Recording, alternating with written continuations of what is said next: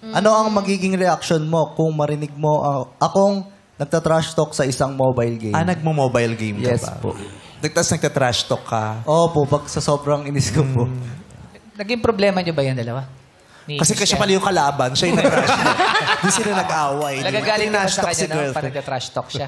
Pero ano yun? Normal ba yun na thing sa mga ano? Normal lang, nagiging normal lang ngayon. Kaya maraming words Kasi na binaban. gusto mo mampikon eh.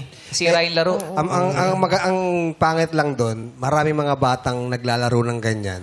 Natututo na lang dahil Naririnig maraming nila. mga trash talk, naririnig nila. Lalo na pag tinatrash talk mo yung teammate mo. Yeah. Baka hindi lang naman ako marunong. Trash talk kasi ako eh. Sumakit yung damdamin ko. Naglalaro kasi sa game Trash talk ka? Trinay ko lang naman mag-ML kasi nga si Yael nag-ML. Para sinabayan mo. So, nagtatago ako dun sa grass. Oh. Tapos minsan nag-a-attack ako mag-isa. Oh. Kay, puntahan ko si Lord, ganyan. Oh. Ano sabi ni Yael? Minura ako ng mga teammate ko. Ba't teammate. kayo ganyan? Trinay ko lang na maintindihan yung asawa ko eh.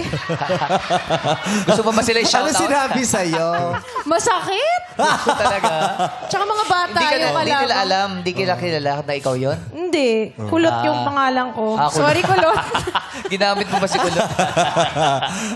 Cute. Nakatuwa.